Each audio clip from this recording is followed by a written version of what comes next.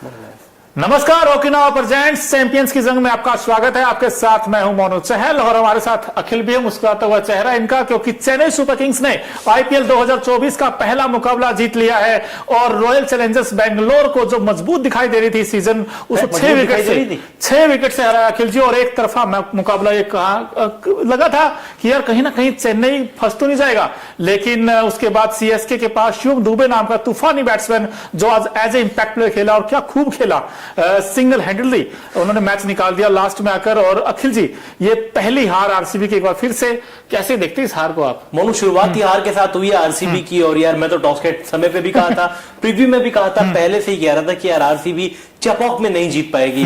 Toss के समय पर मैंने एक बात कही थी कि आपने टॉस जीता है, पहले बैटिंग करने जा रहे हो, लेकिन चिराग ने बड़ी अच्छी बात कही थी कि सेकंड इनिंग में आपको स्पिनर चाहिए। आरसीबी की कमजोर कड़ी थी, उनके पास स्पिनर्स नहीं थे, वो उनके ऊपर भारी पड़ा। शिवम दुबे ने इंपैक्टफुल पारी खेली और लग रहा था हमको यार इंपैक्ट मतलब प्लेइंग लेवल में बंदा नहीं है, क्या इंजरी के चलते इंजरी कंसर्न को मौका नहीं मिला, लेकिन इंपैक्ट प्लेयर के तौर पर आए और आरसीबी की नींद उड़ा दी।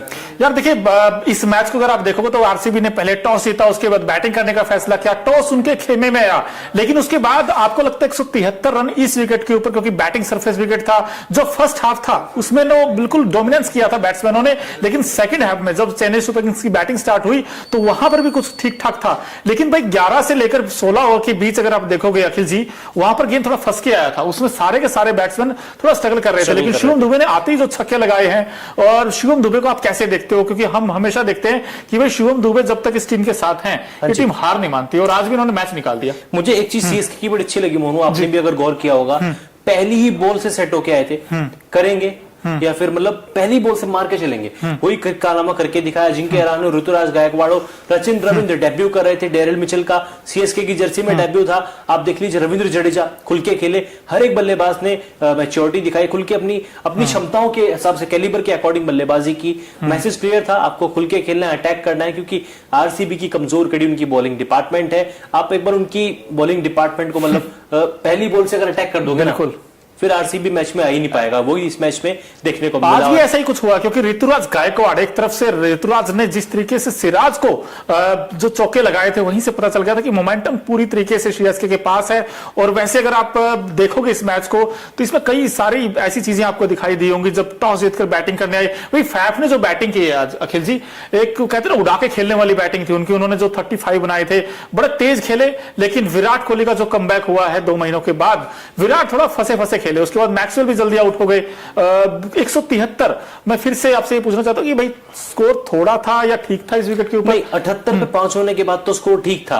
मैंने तो प्रेडिक्शन की थी शायद 148 की, आप हंस रहे थे मेरे ऊपर, बहुत हंस रहे थे। 148 मैंने बोला था, लेकिन 173 किए। इसकी पूरी कर्टसी जाती है अनुज रावत को, विकेट कीपर बल्लेबाज, युवा खिलाड़ी है, और उसके अलावा दिनेश कार्तिक, डेब्यू अनुभवी बल्लेबाज। जिस तरीके की उनकी बल्लेबाजी हुई, 95 रनों की साझेदारी, 78 पर 5 से लेकर 173 पर 5 तक आरसीबी को लेके जाना, तारीफ तो करनी बनती है। लेकिन फाफ डुप्लेसिस की आपने बात की, शुरुआत अच्छी दिलाई, पहले विकेट के लिए 41 रन जोड़े थे। उनमें जब फाफ डुप्लेसिस आउट हुए मोनू, कोहली ने केवल 2 या 3 बोली खेली थी। मतलब आप देख लीजिए, हर एक गेंदबाज के ऊपर चढ़कर खेल रहे थे, दबाव बना रहे थे। फाफ ने इस टीम को अच्छी शुरुआत दिलाई। उसके बाद मौका बनता था पाटीदार के पास, मैक्सवेल के पास, लेकिन शायद पाटीदार को लगा कि वो अभी भी इंग्लैंड सीरीज में ही खेल रहे हैं।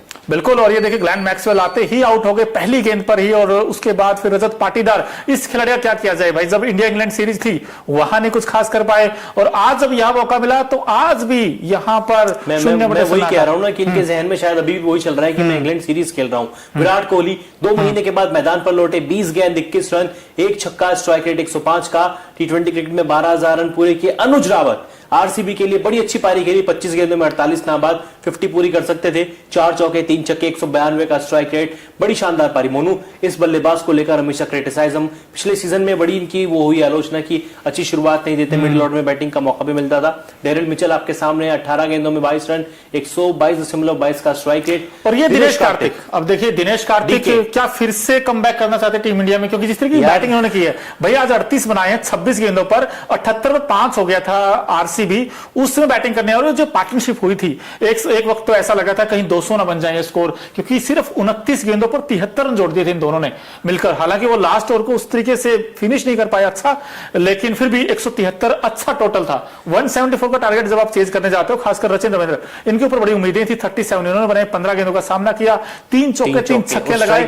ये टिपिकल खेले जैसे इनका अंदाज है, कुछ ऐसी बैटिंग थी। लेकिन उसके बाद फिर ऋतुराज गायकवाड़, अब जो कैप्टन थे, हमें लगा था कि अच्छी पारी खेलेंगे, लेकिन आउट हो गए। 15 गेंदों 15 बनाए, इनका विकेट यश दयाल ने लिया था।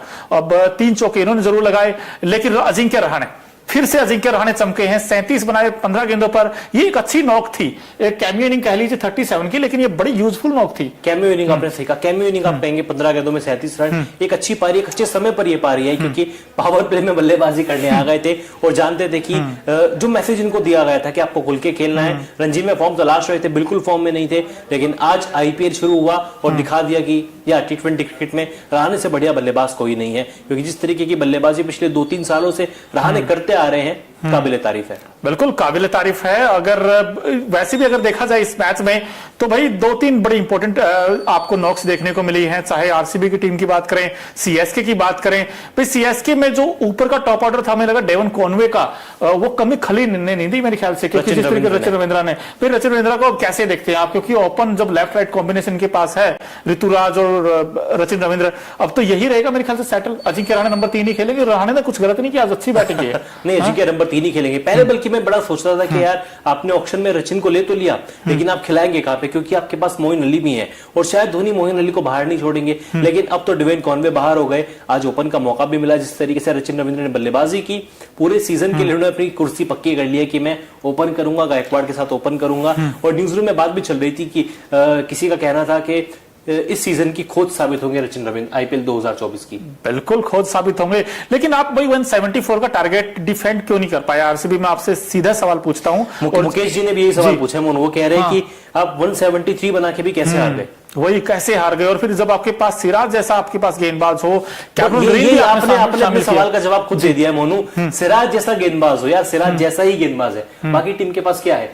यश दयाल को आप इंपैक्ट प्लेयर के तौर पर लेके आए, जबकि आपको पता है कि उनकी हिस्ट्री कैसी रही है।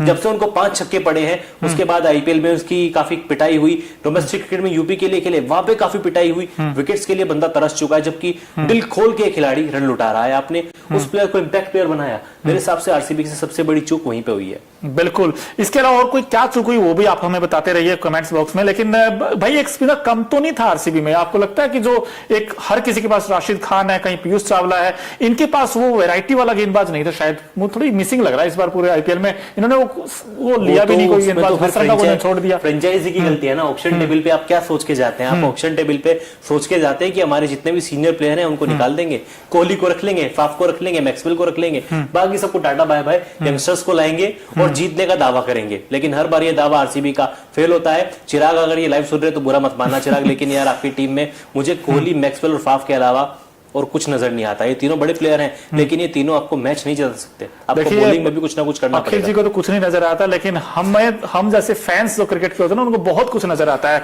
तो वहां पर जब ये चेपॉक में मैच खेला गया था, तो कलरफुल मोमेंट इतने अच्छे आए वहां पर निकलकर। तो भाई एक नजर डालते हैं ओकिना of effective colourful moment of the day पर, जो आज के बड़े खास रहे थे। उसमें आप ऑडियंस देखिए, आरसीबी के फैन की तारीफ करनी पड़ेगी भाई। जहां भी मैच हो आरसीबी के फैन आपको नजर आएंगे। और ये अक्षय कुमार का आप देख रहे हो, उसके बाद ये थाला एमएस धोनी के फैंस भी आपको नजर आएंगे, आरसीबी के फैंस भी आए हुए थे, जिसमें आप देख सकते हैं ओकिनावा की स्कूटी हर एक कलर में आती है। वैसे कलरफुल मोमेंट हमको देखने को मिले ओकिनावा आईपीएल 2024 के पहले ही मैच पे थाला और चेन्नई में मैच और थाला के नाम के पोस्टर्स ना आए, थाला को सपोर्ट करने लोग ना पहुंचे, असंभव।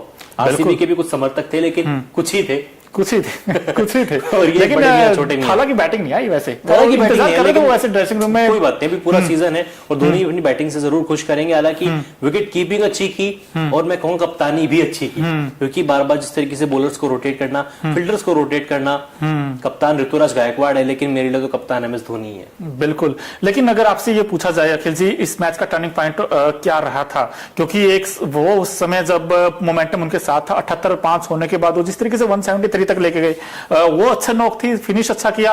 लेकिन सीएसके के लिए turning point of the match क्या रहा आपको लगता है? सीएसके के लिए तो नहीं मिली, लेकिन आरसीबी की हार का टर्निंग पॉइंट मोनू मेरे हिसाब से 110 पर जब 4 थे, जब आपकी टीम स्ट्रगल कर रही थी, 13 ओवर खत्म हो चुके थे, आपने मयंक डागर के ओवर पूरे क्यों नहीं कराए? 10वें ओवर के बाद आरसीबी ने मयंक डागर को बॉलिंग क्यों नहीं दी, जबकि 2 ओवर में काफी कंजूस बॉलिंग की, केवल 6 रन दिए, विकेट उनको नहीं मिला, लेकिन आपको शायद मयंक डागर को बॉलिंग करानी चाहिए थी। यहाँ पे आरसीबी ने गलती की, क्योंकि आपको पता है कि आरसीबी चेन्नई के मैदान पे सेकंड इनिंग में स्पिनर्स का बोलबाला देखने को मिलता है। करण शर्मा ने भी 2 ओवर डाले, हालांकि थोड़े महंगे साबित हुए, लेकिन मुझे लग रहा है कि फाफ डु प्लेसिस को अपने गेंदबाजों का सही तरीके से उपयोग करना नहीं आया।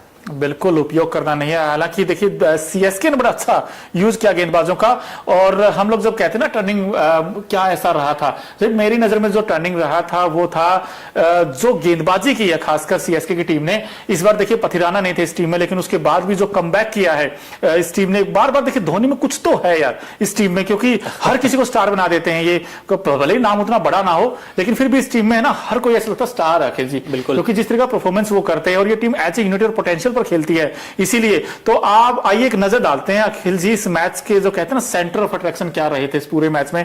तो Okinawa effective player of the match पर नजर डाली जाए, जैसे ओकिनावा की स्कूटी कोस्ट इफेक्टिव है, ऐसे ही Okinawa effective player of the match मेरे लिए तो भाई यही है, क्योंकि 4 ओवर 29 रन दिए, और जिस तरीके मुस्तफिजुर रहमान ने बड़ी अच्छी गेंदबाजी की। हालांकि मुस्तफिजुर रहमान जिस तरीके के बांग्लादेश के लिए स्लो ओवर में गेंदबाजी करते हैं, वो जो यॉर्कर्स डालते हैं डेथ ओवर में, आज भी कुछ ऐसा ही काम किया उन्होंने। बल्कि मुझे डर था कि शायद ये खेलेंगे भी या नहीं खेलेंगे, क्योंकि अभी हाल ही में श्रीलंका के अगेंस्ट सीरीज में वो चोटिल हुए थे। आपने और मैंने उनकी रिपोर्ट बनाई थी, आपको याद होगा। लेकिन आज जिस तरीके से नजर आए, 4 ओवर की गेंदबाजी, लग ही नहीं रहा था कि 3 दिन पहले गेंदबाज को हैमस्ट्रिंग हुई है, खुल के गेंदबाजी की, और 3 बड़े विकेट मोनू, कहने को तो 4 बड़े विकेट थे, लेकिन कोहली, रजत पाटीदार, क्योंकि पाटीदार का आईपीएल में बल्ला बोलते हैं इसलिए मैं बड़ा विकेट कहूंगा, उसके अलावा फाफ डु प्लेसिस, और फिर कैमरून ग्रीन 17.5 करोड़ में लिए यार, 4 बड़े विकेट चटकाए, केवल 29 रन दिए। ये मुस्तफिजुर रहमान वैसे आंकड़े दिखा रहे हैं हम आपको, 4 ओवर में 29 रन दिए और 4 विकेट झटके हैं। हालांकि थोड़े से एक्सपेंसिव रहे, लेकिन जो इनकी जो खास बात थी, इनकी जो आर्ट है, उन पर उन्होंने स्किल पर काम किया है और गेंद थोड़ा आगे किया। इन्होंने बार बार बैट्समैन को खींच कर लेकर आ रहे थे कि भाई आप वाइड द क्रीज आपके आकर मारिए शॉट्स, लेकिन उसी में आरसीबी के बैट्समैन फंसते चले गए और 4 विकेट निकाले हैं। अब ये एक स्ट्राइक गेंदबाज बन गए इनके लिए, क्योंकि दीपक चाहर से बड़ी उम्मीदें रहती है, लेकिन दीपक चाहर कभी अंदर कभी बाहर, वो इंजरी का फैक्टर उनके साथ रहता है। लेकिन मुस्तफिजुर रहमान ने जिस तरीके की गेंदबाजी की है, कैसे देखते हैं अब इनके आने वाले अपकमिंग मैचेस में अखिल?